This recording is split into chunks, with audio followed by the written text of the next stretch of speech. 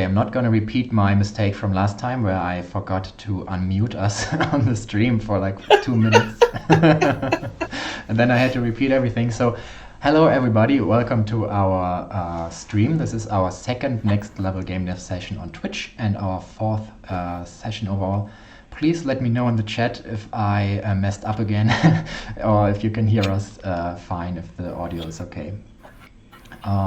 Today's topic will be starting and running a game dev studio, and I'm really honored to be joined by these three awesome guests.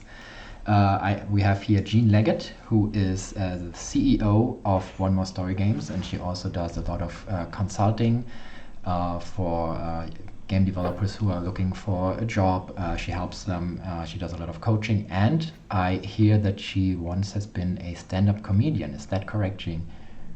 Yeah, I've on and off for 15 years. Awesome. That's great. Also, we have Johanna Janiszewski. Did I say that Janiszewski. right? Janiszewski. She's the CEO of Tiny Crocodile Studios in Berlin. She's also a regional representative of the Game Association there. Hello, Johanna. Thank you for joining us. And then we have Björn Bergstein here.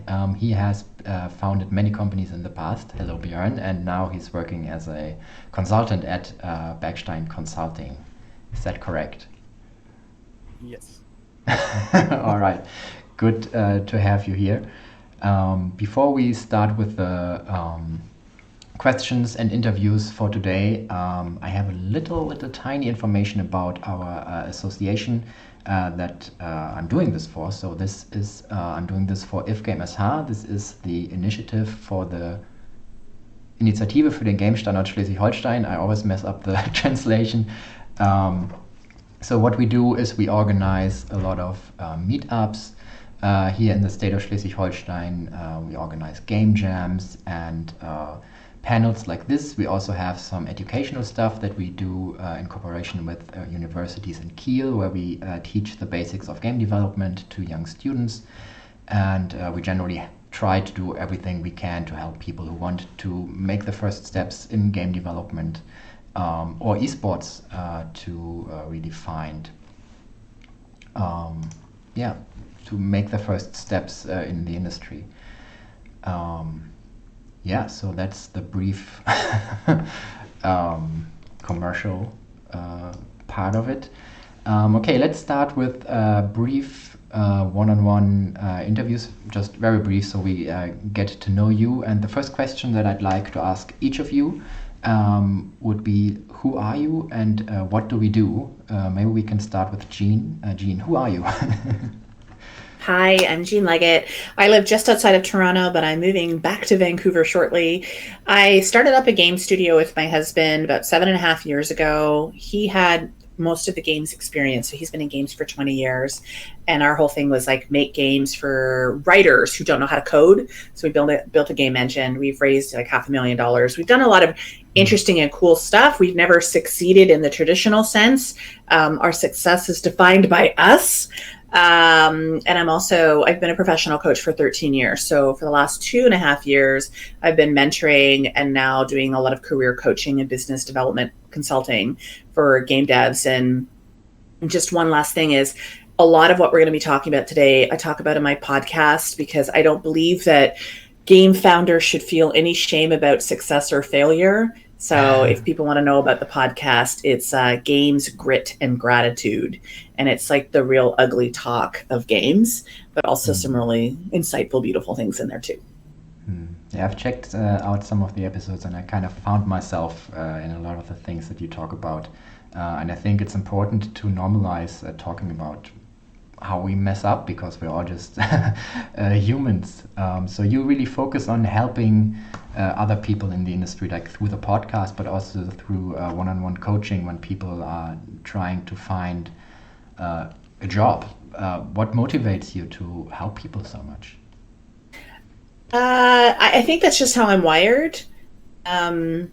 I fell into doing the career coaching and game dev. It's just, I don't know, there was just a way that I was looking at the process of how we talk about ourselves. And I honestly truly believe that every single one of us has, I want to call it magic, but like there's a spark. There's something special about each individual person.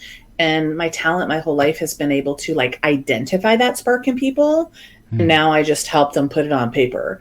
And with everything going on in the news cycle in the last 24 hours, my favorite part of my job is that I help women especially be able to get promotions, because we can't change the industry if we don't get more leaders, more money, and more resources, because money talks and power is attached to money. So I find that work very fulfilling.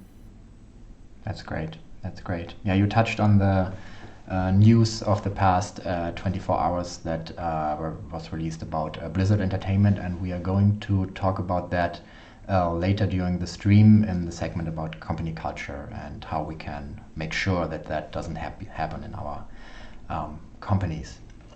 Let's move over to Björn. Björn, same question for you. Who are you and what do you do? Yeah, my vita is a little bit longer. After school, I used to be a soldier for 12 years as the Wow. Federal Armed Forces in the Armored Infantry. And there I study education, so I'm a master of education. After the 12 years, I decided to join the games industry by making another study in Berlin at the Games Academy. So I had a degree in game production and game design. And then with my student project, I win a newcomer award. And with that, I decided to found my own game studio. I shipped one mobile game, which was based on the student project. And then I decided to make work for hire. I shipped another game for the ESA, the European Space Agency. And after that, I realized that that the mobile market is very hard. And I stepped back and joined a publisher. So I joined Tivola at the point where Tivola began to establish and to join the mobile market. That was great. So I began as a product manager, then I was promoted to a business developer, and in the end I was head of development, head of games, and I established our own game development studio at Tivola. And 2 years ago, I decided to work for my own, and I left and worked as a consultant and a coach the last 2 years, but not especially in the gaming industry. I also work together now with some kind of normal IT companies with SAP and all these stuff. And additionally to that, I'm a lecturer at different universities, at the moment, mostly for the SAE. Additionally to that, I wrote a book, so I'm an author. It's about leadership and startups. It's called Führung mit Kopf. And yeah, that's it, all this stuff. So I try to give all my experience back in different ways. Yeah, that's it. That's cool. And that book that you're talking about, is that out already? Is that going to come out soon? Yes, hopefully since yesterday. But on Amazon, I saw that it's not in the storage, but I know the ebook is ready. And the distributor said that it's just sent the list where you can get it. So I think in the next days, you can grab it. Okay. Yeah, preparing for this panel, I was planning to buy the book and like check it out a little bit, but then I couldn't because it wasn't out at the time. So you said that you've been a soldier for many, many years. Do you think that prepared you in any way for the games business, or are those things completely different? Yes and no. So, as a soldier, you learn to make decisions, to talk clearly, give tasks, and all this stuff. And you are good at planning things. You have a good discipline, a good work attitude, and that helped me a lot. But I think it helped you in everything when you have discipline and a good working attitude. So yeah, that helped me a lot to get all these promotions because I worked a lot, more than 8 hours, even in a company. Um, I know, but yeah, I had this feeling that I must turn back time for me because I was over 30 years old when I joined the industry and I have to learn so much things. That's the reason why I studied in the evening, for example, even in my company, to understand all these things. And and not because when you come from a strong hierarchy with teams which were very disciplined, which has a lot of discipline, and when one example, you work in a team and you said to your colleague, hey, can you please do this task until tomorrow? And he said, yes, I'll do that. You can be 100% sure that next day he will finish that task.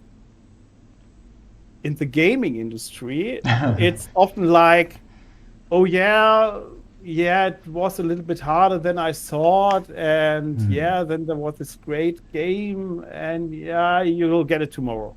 I said, but you promised me to do that. Yeah, but let's not talk about that. Okay. Yeah, I see. All this stuff. So even as a student, I had a few problems with that attitude sometimes. Okay. So you mentioned that you felt like, I would say, a bit behind because you joined the industry a bit later and then you had to like keep up with all the people. That's a feeling that I can relate to. Like recently I've seen a 6-year-old program a game, which is crazy. Nowadays people start so early on.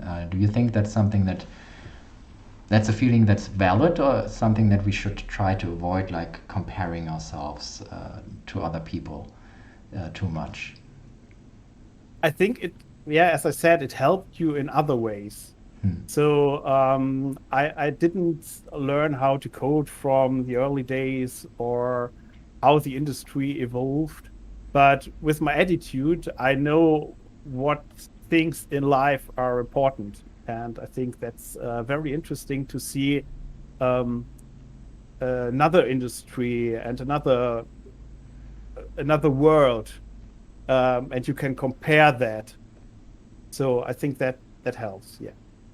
All right. I can just chime in. I started at 36 into the games industry, and I think that there's a lot of value to working in other fields before coming into this industry, because there are so many people that go to school and then they finish school at 22, 23, and it becomes this, they have the shutters on this like games. My hobby is games. My community is games. My work is games. They don't have a perspective. You're laughing because we know it's true. But because it's me. I don't have a life right now because I'm juggling a couple of businesses, and games is my life. But I don't aggressively play games. Like, it's not my whole identity. And I think there's a lot of value to working in other fields, exploring different hobbies, and it will make you a better business owner. So I was just like, I had to chime in on that. Yeah, you're totally right. Absolutely. Yeah. Thank you.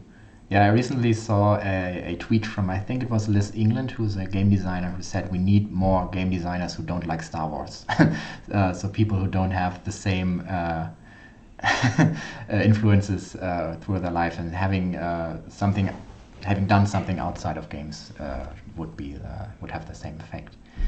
All right. Last but not least, Johanna, same question for you. Who are you and what do you do? Yeah, I'm the CEO of my studio, Tiny Crocodile Studios, and we develop family-friendly games, serious games, game-based learning, everything that is somehow connected to that. And we also give workshops to people of all ages, basically. Often it's kids, how to develop their own games. I am one of those who teaches the 6-year-olds, but I also teach the 35-year-olds, depending on who wants to learn how to make a game. I believe it's never too late to make games. And when I talk to people, especially young teenagers who dream of making games, I tell them that games also can be a fun hobby, because as Jean said, I had exactly that. I was studying, and then I even I aborted my studies to start making games. I was studying landscape architecture, had nothing to do with games, and I was making games in my spare time, so not studying time. And I noticed how I loved it, and I wanted to express myself in the games. I wanted to make games. I wanted to entertain people. So I was looking for a way to come into the industry, and I was very lucky to score a game design junior position here in Berlin. So I ditched my studies and came to Berlin, and I stayed here since. So I'm surprised myself I managed to get here. I worked as a game designer for I think about 7 years, and fittingly to the experiences of the last days, to the events of the last days, I then founded my own company because I was so sick of how things were in the company I worked in. I had a very sexist boss. The games that we developed, I could not identify, and I was told I'm not the target group, and we have to have half-naked, big-boobed women. And I can be happy that we have at least them. So yeah, I did not want any of that, and also I noticed how unstable it is in the industry, and so I thought, okay, I can found my own company and have the same instability there. At least I'm responsible for it, and at least I can make the decisions and can make, in my opinion, better decisions. And so I do that for 6 years. I'm a freelancer for game design and a coach, and since 5 years I have my company. So it started around the same time, and we're still doing it. And but it wasn't an easy journey, so to say. Yeah. Cool. You've mentioned that you are focusing on serious games and learning games. What made you decide to put your focus for your company on that kind of games? Well, it's two things. One is the indie apocalypse and the instability of the industry. So it is really a game of luck. And perseverance and money to get a game to a status where it can become a hit. And I just don't have the funds to make a game that potentially can become a hit. And also, this was actually the reason that came before, I was working as an honorary reading mentor for a while, and I noticed that I really enjoyed working with the kids and helping them, and really have another bubble than the games bubble, which is full of people who are similarly the same age, and no young people, no old people, just so middle-aged people. And so, I wanted to make something that helps the kids, because I saw them struggling so much with reading. And I thought of nice exercises and fun puzzles I could do with them analog, with the reading, to inspire them to read, because the school system is so rigid. And once you once you cannot catch up, you have no chance as a kid. And I wanted to make software that can help the kids at least get back into interest when they lost hope already. And yet that was the motivation for Monkey Swag, which is a geometry puzzle game. And then it all came together, the workshops with the kids, the geometry puzzle game, and my overall interest in serious games and games with a social impact. And that's what helped me score more contract work in that field. So this is what we do now since Monkey Swag, that we do monkey work, contract work. We do contract work for foundations, for agencies that want a serious game or a learning game from us. Or we help them make their own game or learn how to integrate tools like Twine or Scratch into their workshops if they want to make games with their participants, for example. So it's very broad, but everything has to do with helping someone make their game. And that is something I really enjoy, helping the people express themselves in their own games.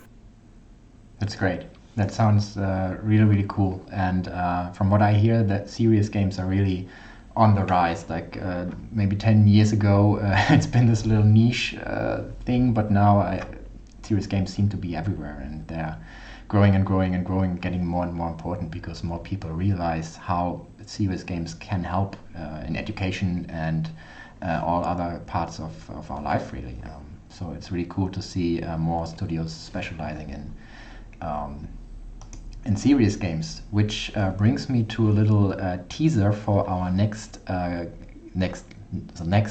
level game dev session.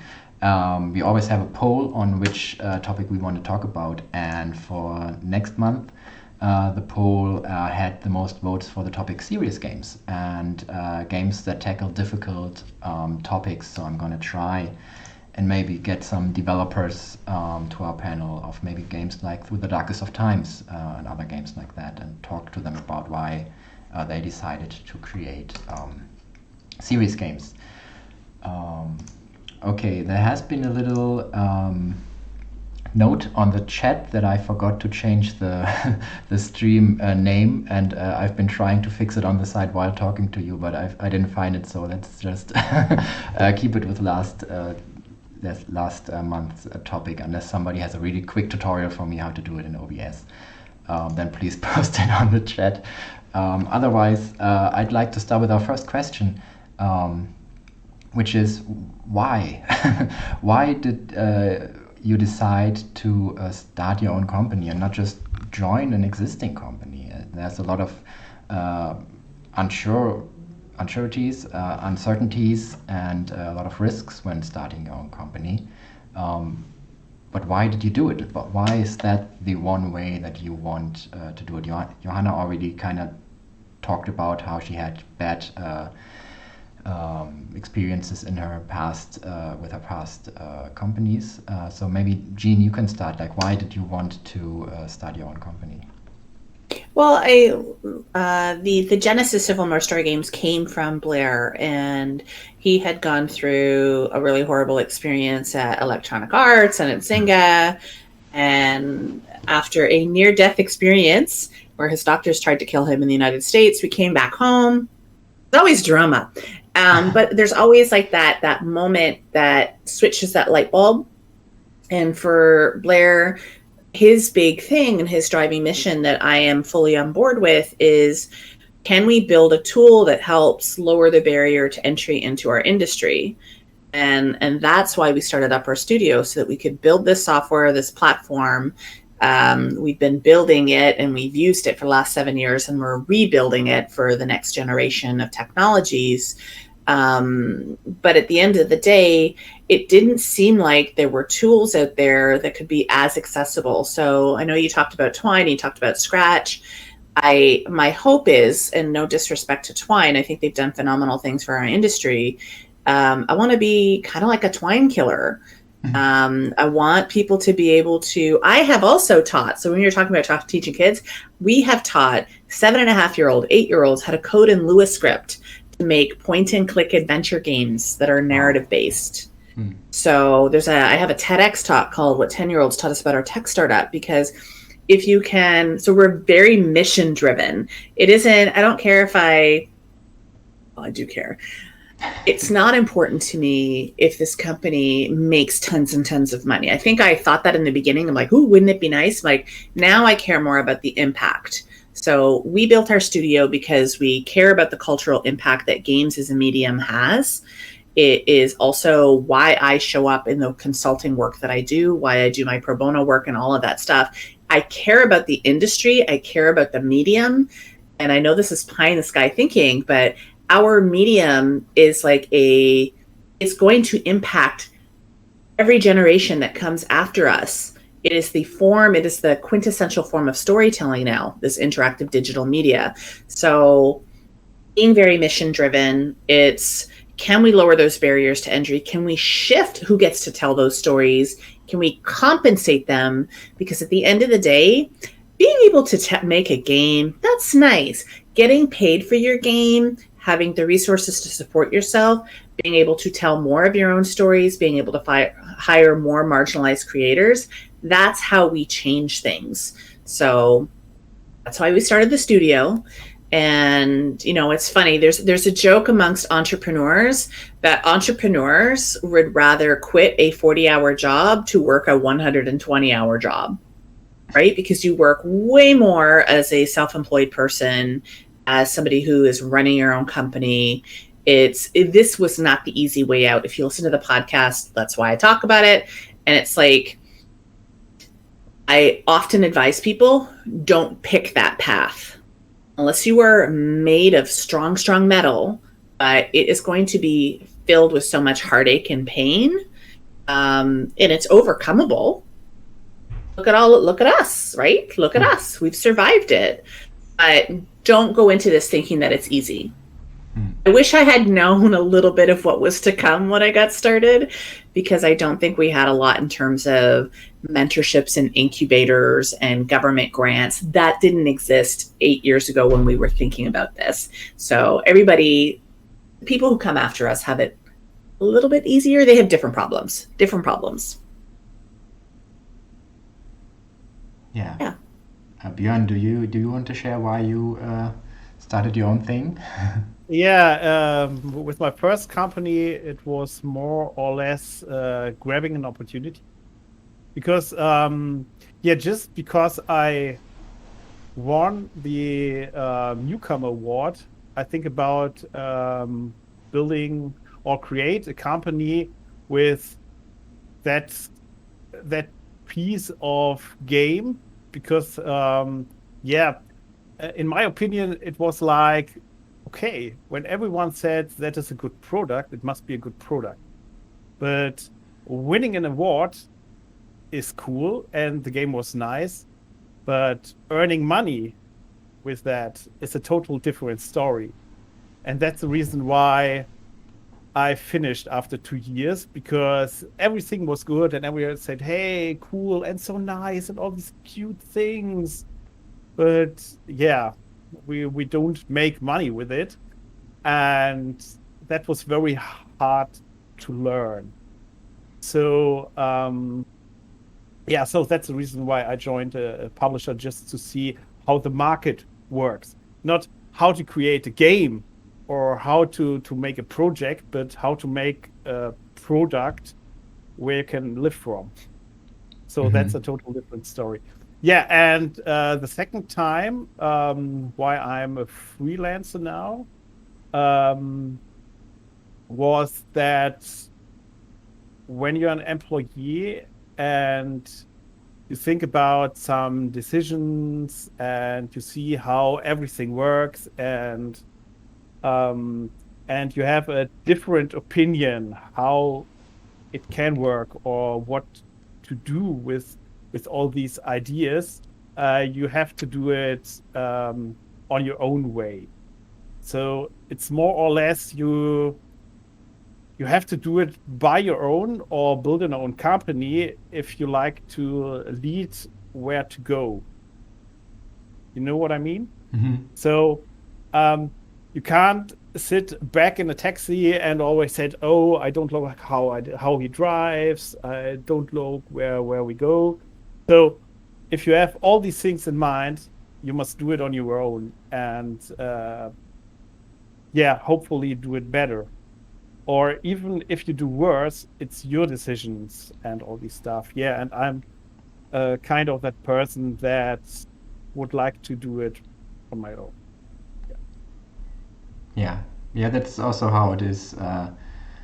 For me, I wanted to start my own company partly because my father had his own company and kind of showed me how to do it, but also because I wanted to create this place where I could make sure that everything is well and where I wasn't subject to bad leadership maybe, and something that like Johanna talked about, being forced to make bad experiences just because the company isn't set up in a way that aligns with my personal values. So Johanna, you talked about how you've had bad experiences in the past, and then that kind of moved you to starting your own company. Now that you've started your company, do you feel like that has been the right decisions, or do you sometimes feel like maybe this is too hard, maybe I want to go back to a regular 9-to-5 job again, or do you think it worked out well? Well, for the last 5 years since the company exists, I thought about it all the time because it is super hard, and I was always wondering if there could have been a company which would have been nicer, and where I wouldn't have had bad experiences if I still would have been there, or if it's just by nature that I want to make my own decisions. And I also feel that this drive to really be the one making the decisions, because I believe that I make them good, that this even became stronger. So I always thought, okay, even if it fails, then I at least have done something very impressive, and I can get hired in another company again, in a higher position than before.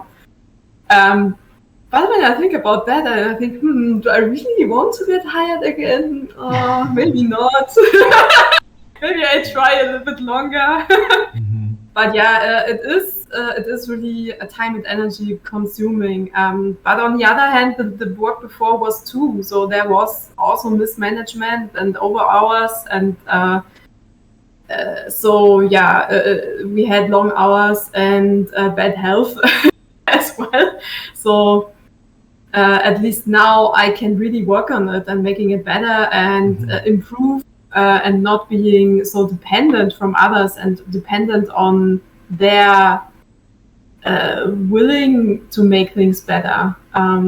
Because I felt, I don't know the English word, ausgeliefert. Before I could not make anything. I could not change anything. I couldn't even go, because here in Germany, if you just leave the company, you don't get any Arbeitslosengeld for a while. So I was too poor to leave the company. And that was a really, really hard situation.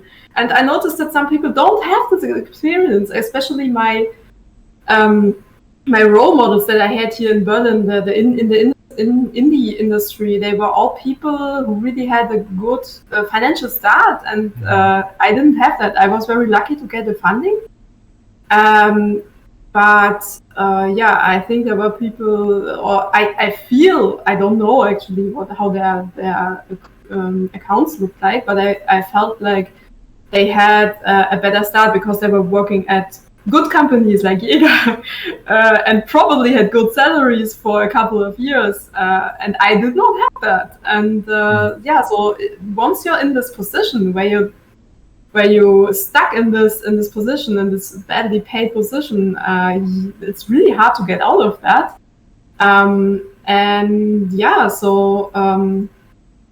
It is still hard, but I really think it's it was the best decision I could make in that situation.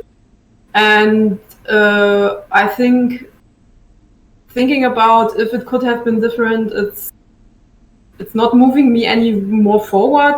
I think I'd rather think into the future and think, okay, do I want to continue like that? If yes, where can I improve?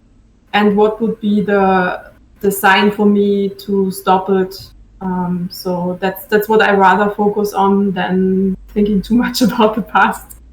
And that's an exciting journey. So I'm happy I could experience it, even if it's really hard on the health and energy. Yeah. It's I noticed that a lot of the reasons for starting a company have been mission driven here. Like I want to do it right. I want to do it better. And a lot of you, even all of you, are doing things on the side, like teaching children how to make games or writing books to help others in leadership.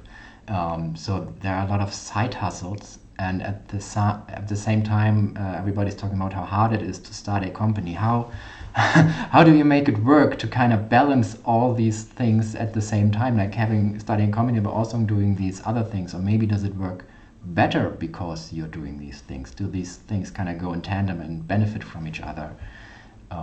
What are your thoughts on that? Maybe Björn, you can start. Yeah, one thing is when you do your own thing, I think you have more power than an employee because it's your own thing, and you do what you like when you found a company. Or when I lecture at university, it's not like, oh, I make the big money there. I could make more money when I consult an SAP IT company. But it's a lot of fun to see how your words impact on the people and all this stuff. So I can do what I like to do, and that gives me more power than 8 hours a day. And I think that is one big thing. Yeah, but you have to be a very good, you have to have a very good organization attitude to handle all these. I'm now in 3 big projects. The book is released and all the lectures. So you have a strict plan when to do all these things. Otherwise, you get overwhelmed, I guess. But how is it for you?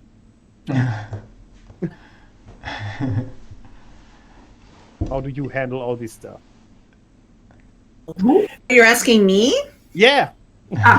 Well, I have to say, I mean, I'm. You know, it's funny. The very first episode of my podcast, I actually decided to re-record it because the first piece of the conversation we should always be thinking of is privilege. And one of the forms of privilege that I had is I was 44 years old. Well, actually, when we started, I was 36 and Blair was 40. So we had the privilege of having experience in the industry, right? So that's like you had the knowledge, you had the experience. When we started up the company, we had like that network of friends that had a little bit of money. So that helped us get the studio going. And I mean, the biggest thing I think that helps me is that I don't have kids. I don't have kids.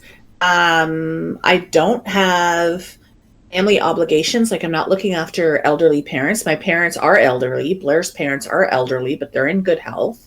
So as a woman, where that typically would fall on us to take care of parents and children at this age and, you know, in my mid 40s, I throw everything into. I was chatting with Des Gale, who's another lovely person in Germany, and Des like, how do you do all the stuff that you do? I'm like, I don't have children, and I don't have a life. Everything is this industry. I'm working on a book, just like, you know, and I've got big plans for what I want to do, and I work too hard.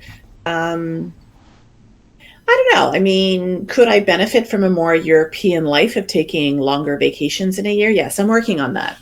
I'm working on that. When I'm working full tilt. And I don't know, maybe there's something wrong with me. Maybe it's the ADHD. I like to have a lot of different things on my plate. Johanna, your expressions, just give it away. I'm not diagnosed or something, but I highly suspect because all of the things I read and hear about it. Yeah, I love to have a lot of stuff. I'm not diagnosed either, but I'm sure because there's so many interesting things, right? And I love that you pointed out that not only do we have a lot of these things in common, the three of us, is we're driven to continue to like make sure that other people have access to these resources. Yeah, and that whole thing that you were talking about being very, very poor. If you know our story, we were homeless 2 years ago. We were homeless because the money ran out of our studio. And I feel like here's a dirty secret that nobody wants to talk about in games. They don't want to talk about how poor indie devs are. So everything exists on a spectrum. There are very poor indie devs. Nobody wants to talk about that. Everybody believes if I have an idea, I can make a game. The game will make money. That's not how it works. I have 3 Canada Year of the Game of the Year awards. 3. I don't think we made more than $100 on sales, right? Awards are nice. They don't mean anything. Yeah. It's nice to put on a grant application. It's nice to put on your website, but they don't mean anything. Yeah. Yes. So. For myself. Yeah. Yeah, but they help. I mean, they look nice, and I hope that the award we won really helps us getting the contracts we get now. So, at least I believe that it's like that. So, they are nice and they help, but they don't help you make money directly, just very indirectly. I think one of the biggest things that often you have somebody who's like, I want to make games. But then, that means I should build a studio. No. Building a studio is I want to build a business. The product is a game. I must know legal, accounting, marketing, human resources. Like there's so much tied up into starting a studio. Mm-hmm. Whereas this person just like, I want to make games and sell it. They're 2 wholly different mental spaces and skill sets. Yeah, I'm also guilty of that as well. And that's the reason I really started with the contract work, because I thought, hey, I'm not making money with the game I made. I don't see a perspective how I could. So what else can we offer? We can offer serious games. We can offer workshops. And I like those things as well. So as you said, there are so many things, and I sometimes tend to want them all at the same time and not sorting them out enough. I'm working on that, because if I keep on doing that, then I won't survive it probably. I really like to have those different things to do, and also meeting very different people from very different backgrounds. I'm not in just one company meeting the same people every day. I'm meeting you guys, and I'm meeting students, and I'm meeting kids, and I'm meeting the people working with the kids, and I'm meeting people from other areas who want to make a game, and I get to learn about their topics. Like, for example, data protection. I've learned so much about data protection by developing a game with someone from that area. And I'm really happy, because if I hadn't had developed the game, I would know nothing about data protection, like probably everyone else, because it's such a complex topic. So it's a lot to do, but I also like it. If I wouldn't like it, I wouldn't do it. Yeah, I love the point that Jean made, that running a business and making games is not necessarily the same thing. It's also a lesson that I had to learn the hard way. Like, coming out of university, I wanted to make games. I wanted to make my own games. And then realizing that starting a company is a completely different thing came maybe years later. And that's something I came to terms with. But now I find myself having to deal more with the question, how do I pay the salaries next month, and not how do I design this level. That kind of came to the forefront, and I'm fine with that, because I'm fine with my decision to start a company, but it's something that I had to realize the hard way. And both Jean and Johanna talked about financial difficulties, either coming into the idea of starting a company without much money, or Jean, you shared with us that two years ago you had problems, and I think you said you were homeless. How did you kickstart, or how did you start financing your companies, or how do you keep on financing your companies and make sure that there's enough money flowing into at least support the people who are in your company? Maybe Jean can start. Like, how did you start? when we started in 2014, actually we started in 2013. So Blair was on like an income and unemployment insurance because we had moved, and so that gave him his thing, and I was doing some side hustle. I was doing some coaching, and but when we made the decision to start our company, we thought about what is our risk tolerance, right? So what is your risk tolerance? How much are you willing to lose? You got to go into this knowing it's going to cost you something. It's going to cost you salary opportunity, or it might cost you your savings, whatever. For every year we were working for One More Story Games and not earning our traditional incomes, we basically lost $200,000 a year by working for ourselves. We were not paying ourselves $200,000 a year. Mm-hmm. So you have to be, what is your risk tolerance? And I think that's why so many young people are willing to do this, because they have less to lose. It becomes very risky, especially when you have children and a mortgage and all of those things.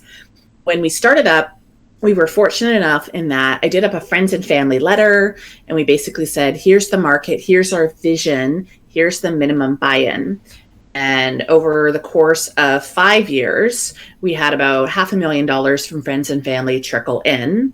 What I wish I knew then was there are ways for you to have accredited investors, or at least in Canada and the United States, and there are tax incentives that you can leverage against accredited investors. So you can actually get double your money back from the government. Had no idea about that. Like, there's so many like grant programs and tax rebates. So you really need to do your research and understand that. You might think $500,000 is a lot of money, but 5 years in a team that fluctuated from 2 to 20, that's not a lot of money. That's like, that's nothing. So when the money, and this was all from friends and family, what they call the friends, family, and fools. So there were a couple of fools in there.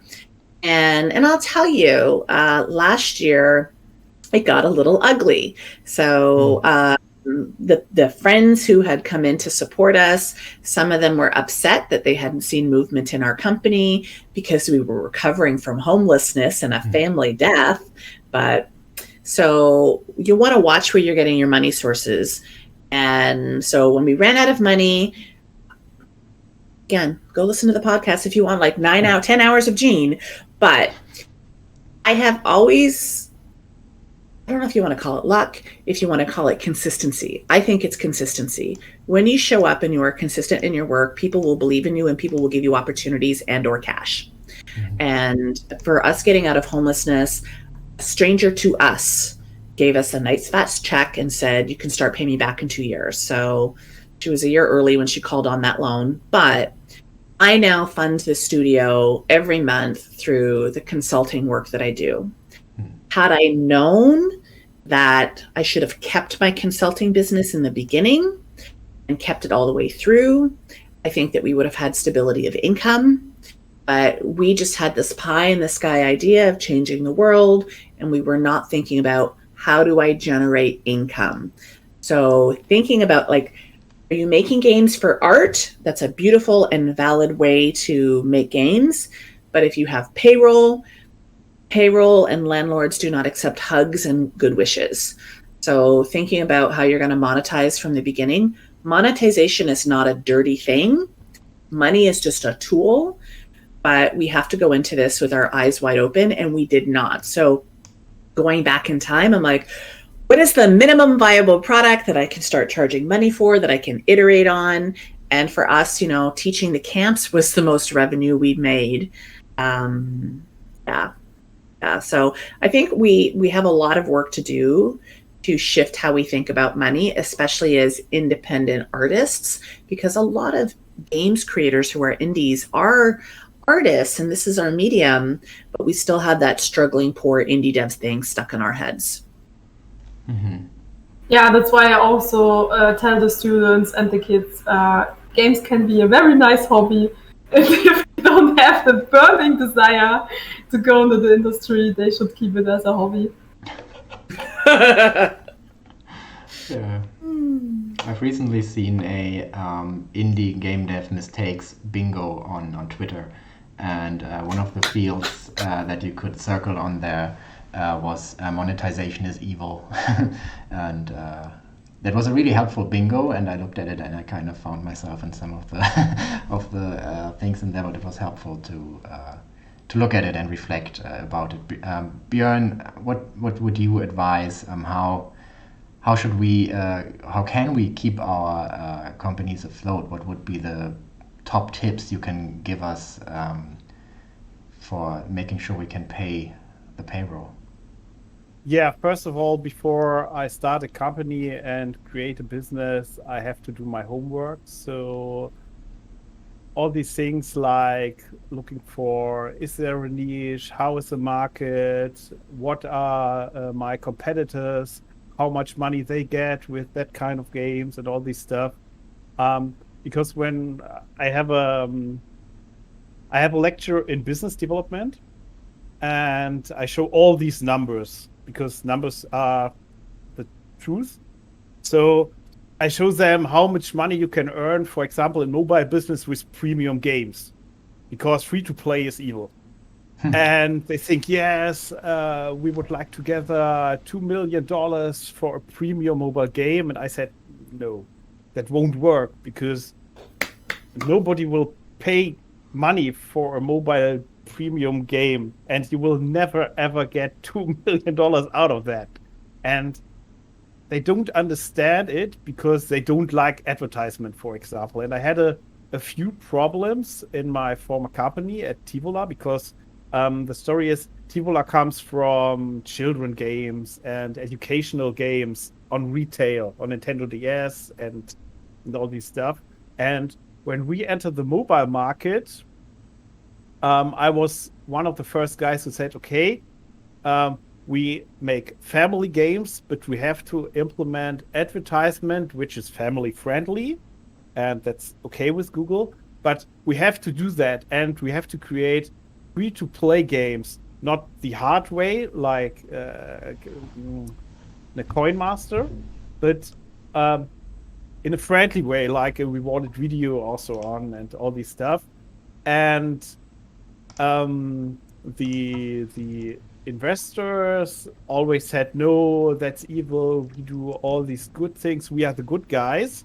Mm-hmm. But when we start to implement, for example, the rewarded videos, we get a lot of money, and people were thankful for that. People were thankful that we create a free-to-play game where they can choose to look these videos, this advertisement, or not. So we had a win-win situation on both sides. And then, even if the investors don't really understand how that works, because they don't know the monetization things of mobile games, because they come from retail, you realize that it's totally normal nowadays. Monetization is nothing evil. It's normal. And people are more thankful to get a rewarded video than pay for anything.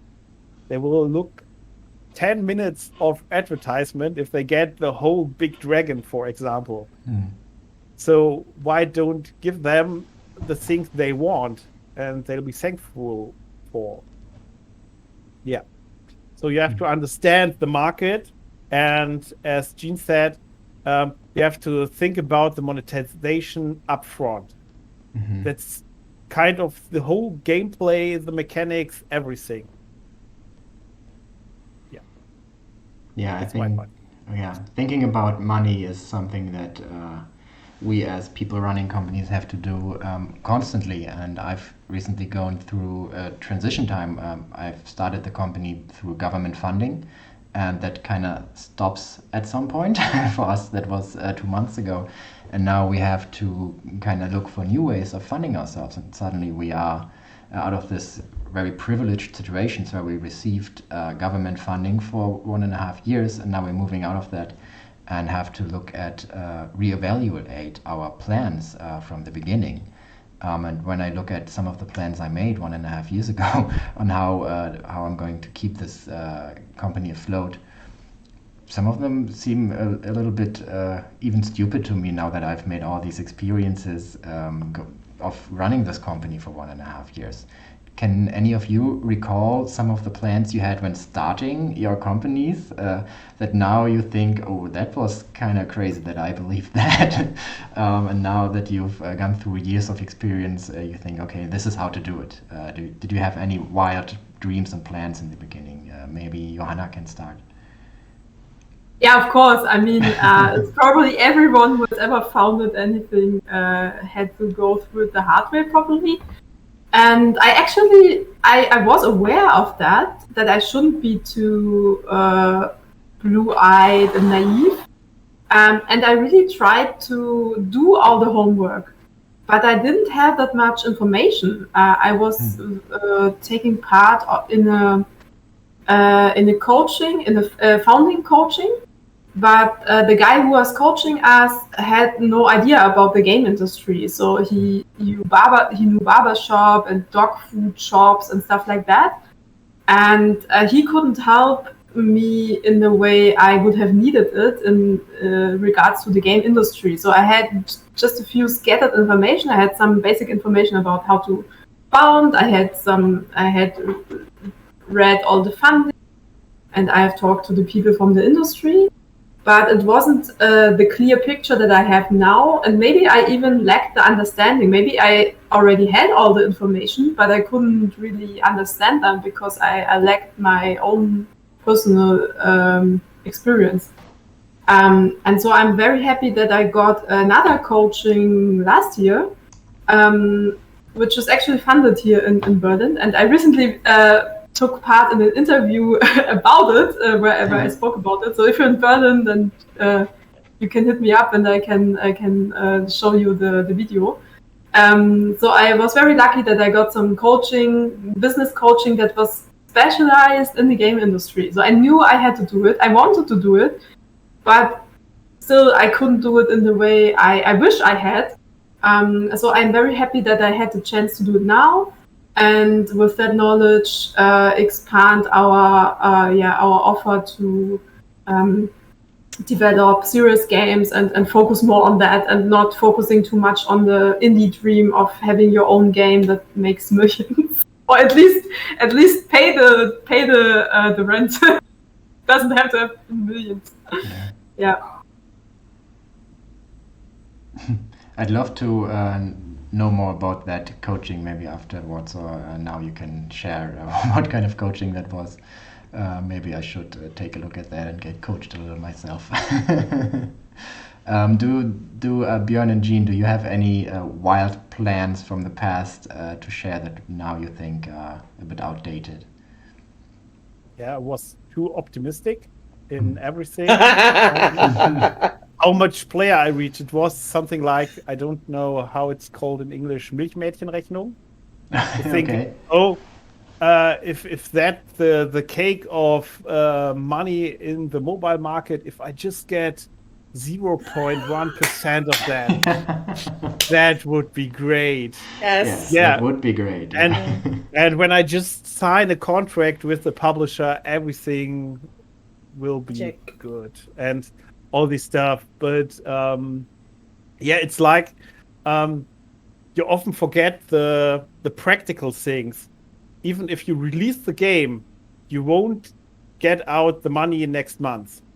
For example, it's just like, okay, it's not gonna work. We must do that, and we must do that. And the paying of all these things, it's just like 30 days later, you get an invoice, and 30 days later, you think, hey, I really have this money, but I can't really buy that now. Maybe next month, hopefully. And that's terrible when you don't understand how money works and all these liquid things with taxes and all these stuff, when you get things back and you have to pay up front and all these things. When you're not good at numbers, I would say don't be a CEO. Or use Excel, because that's what I do. I'm not good at numbers, but I'm good at making Excel do the numbers for me. Yeah, but you have to work with numbers as a CEO. Yeah. That's a big part of the business, to understand how things work. Yeah. That's from... All right. Jean, do you have any wild dreams to share? For us, I think our biggest challenge along the way, because I know the questions that you have coming up, so I'm going to save that story for that. But our biggest challenge is that we made a bet on Flash instead of HTML5, and so that's now costing us an extra 1.5 years of development time. And like you can't necessarily foresee that things are going to change. For those of you who are old like me, you remember the difference between VHS and beta. We chose beta and we went straight to DVD and we missed that. So you're going to have challenges along the way. You're going to make mistakes, and I think you just have to. There have been times in the last 7 years where I'll sit down and I'll have like a visit. This is in the before times when we could actually see people face to face, and you're talking to another indie founder. You're like, oh my God, it's so miserable over here. And they're like, I know, me too. And I know people that are $1 million in debt running their studios, like personally as a small indie, like that's a lot. That's a lot of personal debt, like their mortgage and everything. So I think, and the advice that we had been often given is you should cut your losses and you should just like fold up and go get jobs. We were looking for jobs 2 years ago when we were homeless, because when there's no money left and nothing's happening, you have to make the responsible decision to move on. Now, things worked out because there was money, there was a job, and then this thing exploded. But you have to make a decision. It's not working anymore, and either put it down permanently or put it down and catch your breath, because the other thing that we don't talk about enough in our industry is burnout. I think founder burnout is much more severe. And I think, there's a whole conversation that's happening in our industry like, oh, company bosses need to be such and such, and they have to think about their employees. Yes, and recognize that people who are starting up indie studios, there is a tremendous amount of pressure on them to make sure that they get payroll out. People who are receiving payroll do not have the same understanding or cognitive load of what it's like to make sure, because we have the responsibility. If we don't pay them, they can't pay their rent. They may become homeless. Or, if we lose talent because we were late with, there's so much complexity there.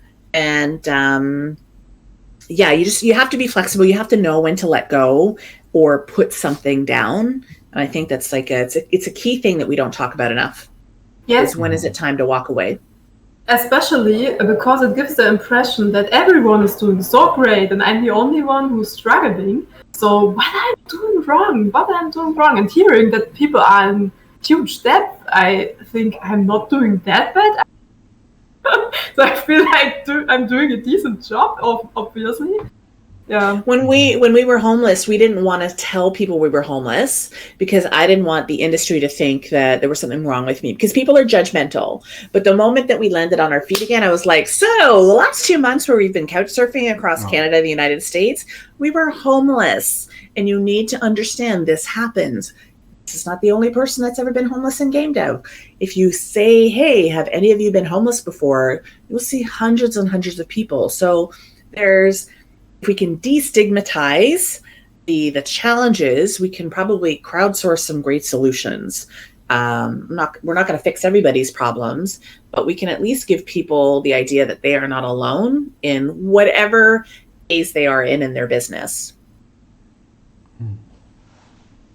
See, it Yeah. gets that's my little soapbox. Yeah, I can.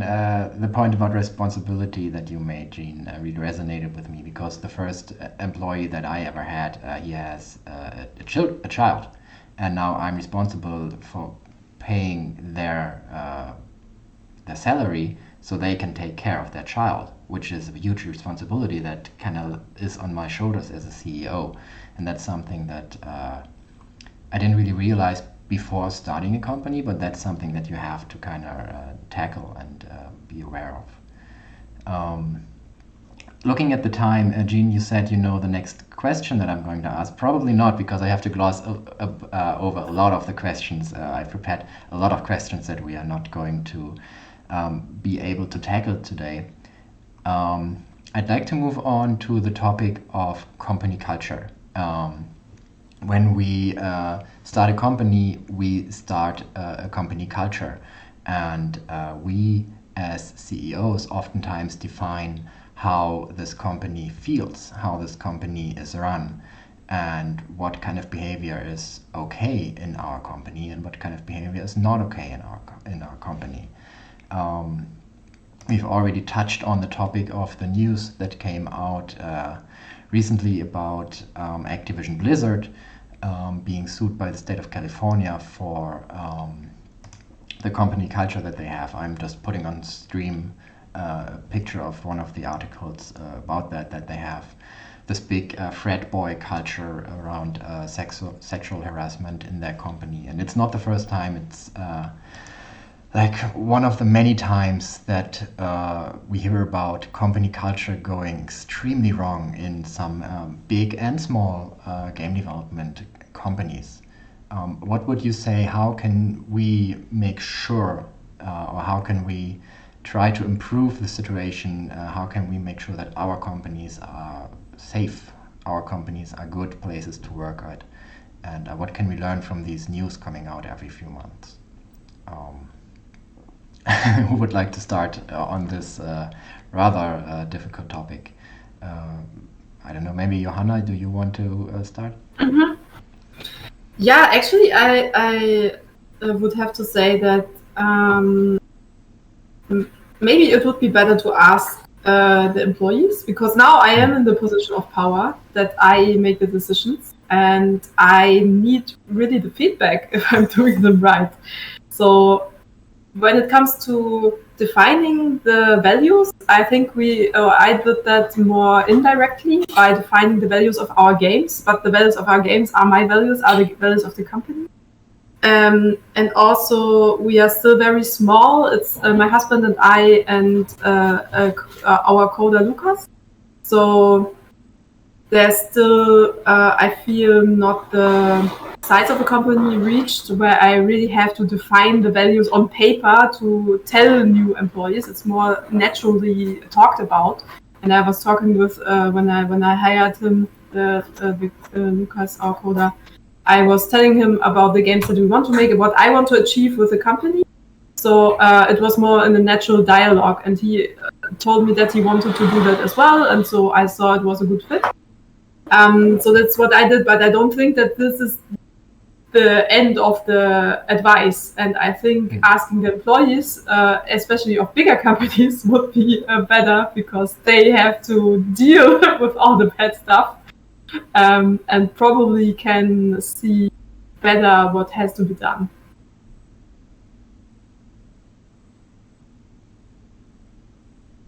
Mm-hmm.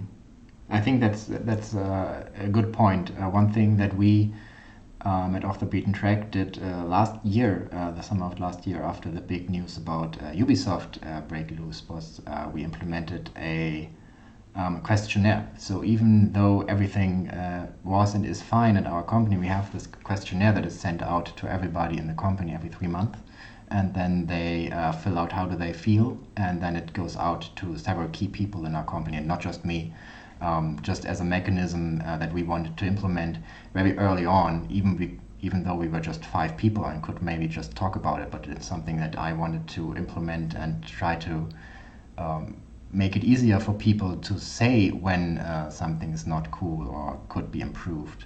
I'm not sure if that's the best thing to do, or if there's something else that I could do to improve. Jean, what do you think? How can we make sure that people feel safe in our companies? I think that I think back to when we got started, and I think about the fact that we didn't have formal structures in place because we were artistes that wanted to make games. And so we weren't a business, and we didn't have a human resources policy. We didn't have an anti-harassment policy. What we had was two founders who felt like, and I think our employees would agree with us, that we created a space for non-judgmental creativity and collaboration. And the way that we treated people was very much, for the most part, was a flat structure, except there's got to be somebody that's guiding the process, right? And so that's a piece of it, is like, how do you want people to feel when they come into your place of work? For us, there's always that danger of like, oh, it's like a family. Because I don't know about you, I came from a very toxic family. There's a lot of drama. There's a lot of ugly. There should be some restraining orders. And so, like, is that what we're bringing? Like, how do we define what family looks like in a professional setting? And I think I'd really like for us to move away from that word and to figure out what the core values of a healthy work environment look like. And that starts with setting expectations. And I was thinking, oh, okay, so when we did finally get money, I was like, well, this is my family and I love them and I want to make sure everybody's taken care of. Guess what? When you run out of money, people will leave, and you cannot take that personally because they are not your family. They are your employees. And you can't expect them to stay when you run out of money. And like, it's a business transaction, but it can have a business transaction with empathy. One of the things that I struggled with, and I've heard this from a lot of women who lead their own studios, is we sometimes go overboard with our sense of empathy. I have let people take me for tens of thousands of dollars because I gave them far too much leeway. And I blame myself on that because I did not set expectations, set boundaries, and then follow through on those things. So when we're talking about company culture, I think there's a lot of value in making sure that it's super clear on both sides what the expectation is in terms of behavior, in terms of deliverables, in terms of like reciprocity of calling people out. Like, we don't have a company culture of calling people out and saying, hey, you know what, you really hurt my feelings, or I felt slighted when you said that. Our industry is infantile.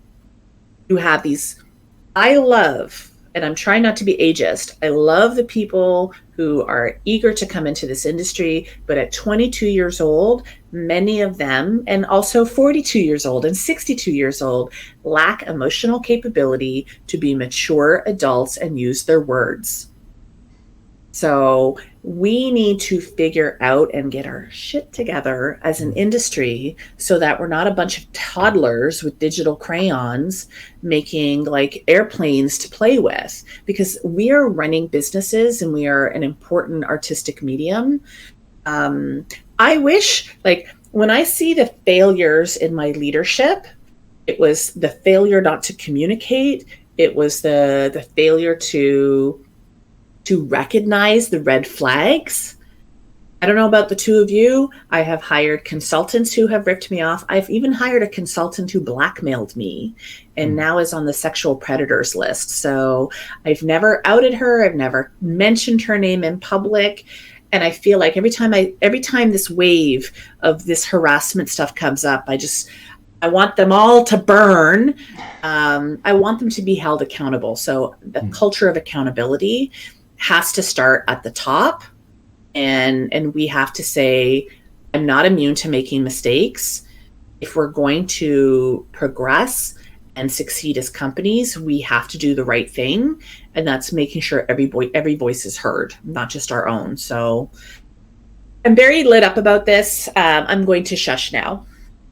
Also, what you said about the family, I think it's really very icky because it's too personal. This is not your family; it's your colleagues, and no one will care for you if you go away. Maybe you have made some friends, but they're not as close as family. And if you think they are, then that's very dangerous. That's a red flag, and leads to tolerating behavior that's not okay. And you can still be friendly with people when you leave a company and go to a different company.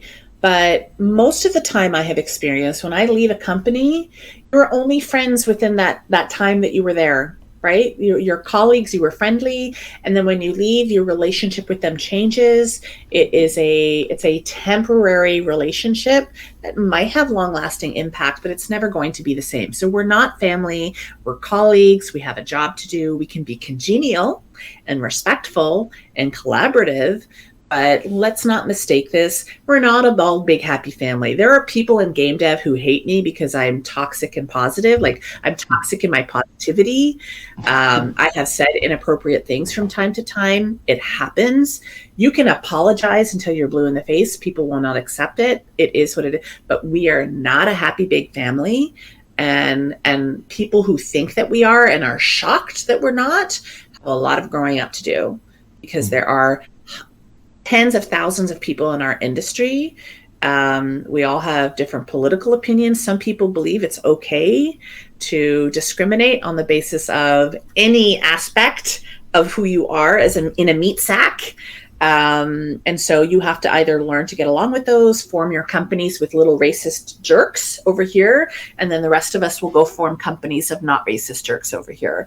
Yes, I really should shush now. Mm-hmm. Mm-hmm. I know what a difficult subject. Björn, do you have any tips or pointers for forming a positive company culture?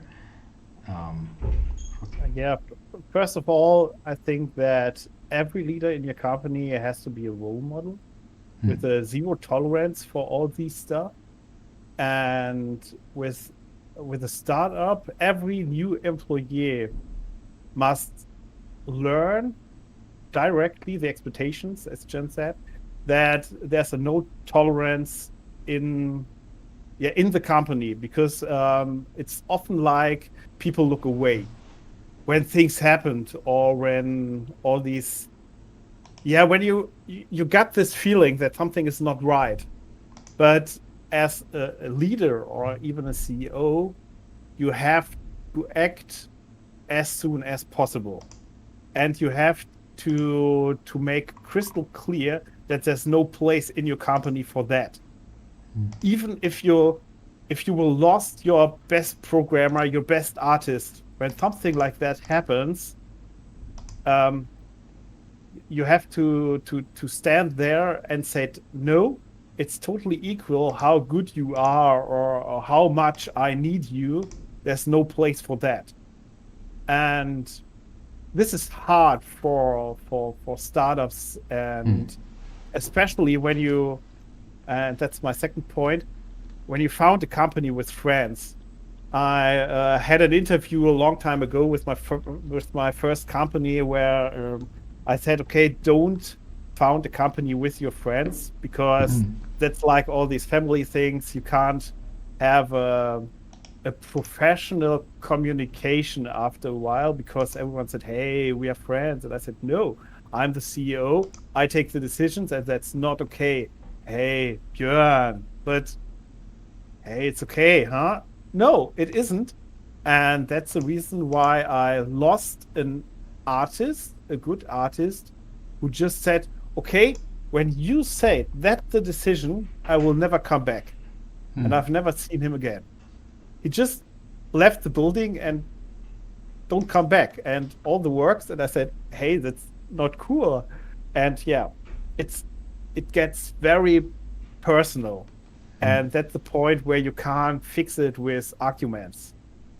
So, from the beginning, you have to learn what's your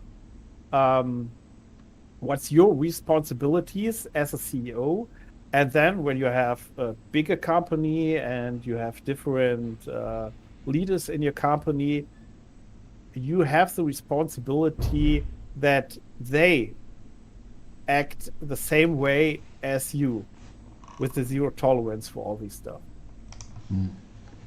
I'd like to add something to that, because I also think building the trust and really acting how you want the company to act is the first thing, because I actually worked in a company where we had something similar like the questionnaire you mentioned, which was sending a weekly report on how things are going. And when you can't trust your boss, then you will write bullshit in it. You will pretend everything is all right and prepare to leave as soon as possible.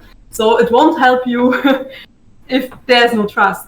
And I don't think there's a recipe for building trust. There shouldn't be, because then you couldn't trust the person.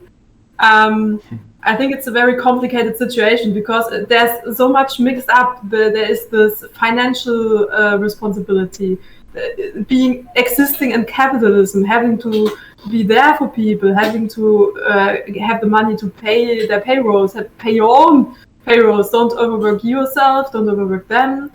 Also, don't be a bad person at the same time. And it's so much wrapped up in everything. I don't think there's really a solution or something that can be solved with a tool. That can only be one thing that helps.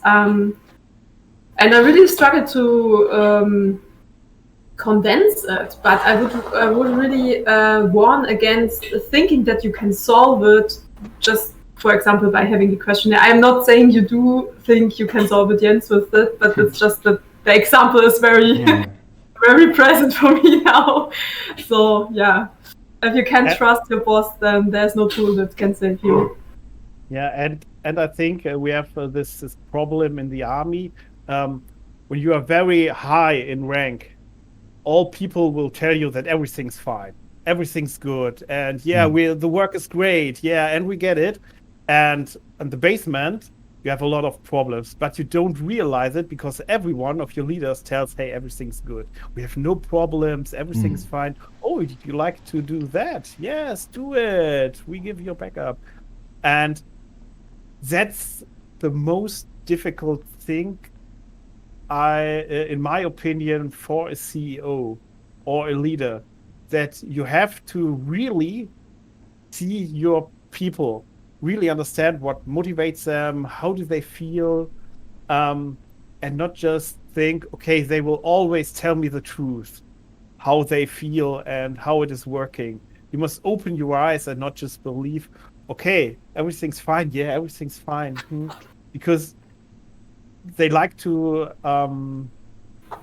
be accepted. They don't like to offer you a chance that you could think that this employee is it's very loud that this employee is it's not a good one, so they will maybe lie to you even if they feel bad. So you have to be empathetic, yeah. I came up with one thing that maybe we all can do, and that is, I think, tackling your own biases and prejudices. I don't know how it's pronounced. Prejudices, I think. Yeah. Yeah, because I think even if we are partially or all from marginalized groups, I think we still have the same biases against them. And I'm not free of the biases, even against women, even if I'm a woman my own. Ableist, deeply ingrained. And I think that's something that really can start. Doing something. Maybe really start with ourselves and check our own, double check our own values. If it's really the values, or if we just want to believe that's our values, because of course they're good, so we have to have them. You know, one thing as you were both speaking that I was thinking about, when we're talking about company culture, it would be really great to see more pay transparency. Because one of the things that came up in yesterday's article was the lack of career progression that was stunted for women in the studio, despite overperforming and exceeding expectations over male counterparts. So maybe there's something to be said for pay transparency and just creating this culture of like respect and respecting people for their contributions. And Yeah, we're the games industry's problems are a multitude, and they are not problems that are just the games industry. Like, these are social, cultural problems. They're rooted in misogyny. The fact that I have a colleague who was on a health break, a medical break, and it was an extended medical break because she needed the surgery, and when she came back, they were like, "Yep, you're done." No prior record of ever having issues. It was always about performance. But when women go off on maternity leave or parental leave, like, there's a lot of things that we are doing to not make this a friendly and inclusive industry. And there are some really great studios that are getting it right, where they have menstrual leave, family leave, so taking this idea away that it's like it's a gendered thing. Pay transparency, quality of life. So if we can start seeing this industry as a mature industry where we are working to live, not living to work, because we should be clocking in and clocking out. Consider this an ideas factory for which you have a limited and finite amount of time per week to go and dispose of your ideas and your talents. You don't owe them anything beyond that. That's a good point. That's one reason why I'm not just working in the games industry anymore. I spread it to other things because it's more healthier often. Yeah. You're totally right. So I know Jen knows this about me, but I've worked with over 400 game developers in the last year and a half, like 200 game developers this year alone for career and leadership coaching. That's a staggering amount of people. The secrets that I have in my head, thankfully they leave like quickly after my session. I don't hold that in my head, but I know great things about this industry, and I know ugly things about this industry. And oh my gosh, I don't even know why I mentioned that, but just to say that somebody had said to me, well, what if you run out of game developers to coach? I'm like, do you think this is the only industry? Like, our life is beyond the work that we do in one particular industry. And if we could stop being so myopic about this, there's healthcare, there's training, there's education, there's general tech. The skills that we have are multitudes in other spaces. It's just not about video games. But I think you won't ever run out, because there's always the next game developer that dreams of making that dream game and making bank. I keep telling him, don't do it, but Don't do it. We are reaching the end of our 1.5 hours. There's a question to Jean in the Twitch chat. Maybe you can really fast answer that. Sure.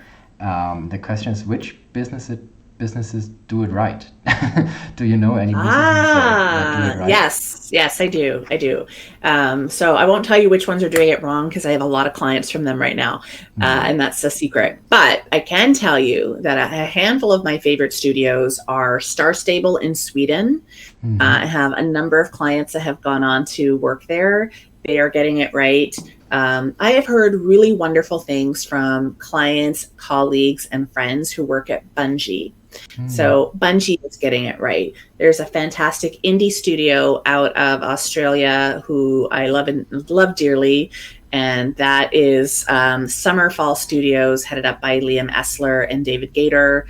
They're a small indie team working on a cool project. And for them, it's about creating a work culture that is a healthy work culture. And it's about, we're going to give you great benefits so that you can do great work, because we realize that it's a clock in, clock out. This should not be your life. It should not be your identity. So those are 3 studios off the top of my head. Awesome. Thank you. Thank you so much. I feel like we could do a second session like this, because we barely made it through half of the questions that I've prepared, which is fine. A lot of the things that I heard today were a responsibility, being a role model, showing our employees how to do it by acting the right way. And I think that's something to take away from it. Like, starting a company is a big responsibility, and we in so many ways we have to make sure that we're doing the right thing, be it financially, be it in company culture and other things, even in the paperwork and contract work that we didn't even talk about. So many topics, so I'd love to maybe make a second session about this topic, maybe in a few months. To wrap up, I have one last question for each of you, and that is, what would be your number one advice to somebody who comes to you and says, I want to start my own company? Would your number one be advice to say, don't do it? Or what would you tell them? Maybe Björn can start. Yeah, I already answered this question, I guess. Oh, okay. Just to wrap up, do your homework, look at the market, look at the competitors, and really think about if your idea is worth it. All right. Jean, do you know your number one advice? Yes. There's a really wonderful games incubator in a little tiny place called Dunedin, New Zealand. And they've invested money in, and they're putting money into brand new companies. And they don't care if you succeed on your first try. You know why? They're investing in your third success. So expect failure. Thrive on failure. Fail fast. There's a reason why that has stuck around. Fail fast, fail often. Take what you can get, learn, move on. Don't take it personally. Learn, move on. Learn, move on. And that's the only way that you're going to get good at this. If you think that your first I thought my first company was going to succeed. And I think the second iteration of the company will succeed. But the first iteration of the company, no. And give yourself the space and grace to fail, and you'll be just fine. Awesome. Great stuff. Johanna, do you have any advice for people starting out? Yeah, first advice would be have money to be able to get there, what Jean said. Or think about where it comes from.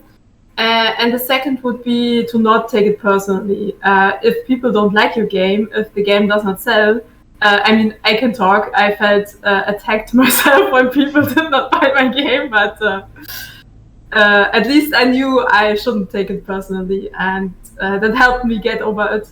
But yeah, there's so many games out there, and think about why should people buy or give you money for your game? I know it hurts, but think about it and try to find the answer and not run out of money before you find the answer. That would be it. All right. Once again, thank you three so much for joining us for this session today. This has been really great. So thank you. We've reached the end of our stream. I also wanted to very quickly thank Ollie once again, who's been working behind the scenes, organizing the questions for me and having a look at the Twitch chat and helping me just making sense of all the things while talking to the three of you. The next level session is going to be on August 26th, which is during Gamescom. So hopefully that'll work. Maybe we have to postpone it for a week so it's not during Gamescom, but that's the plan for now. Please let me know if you want to attend that during Gamescom, to all the viewers. And maybe we do a part 2. I feel like we still have a lot to talk about. I'm going to check availabilities soon. So thanks again for joining us, and I'm going to end the stream in a few seconds. So goodbye to Thanks for having us. Bye.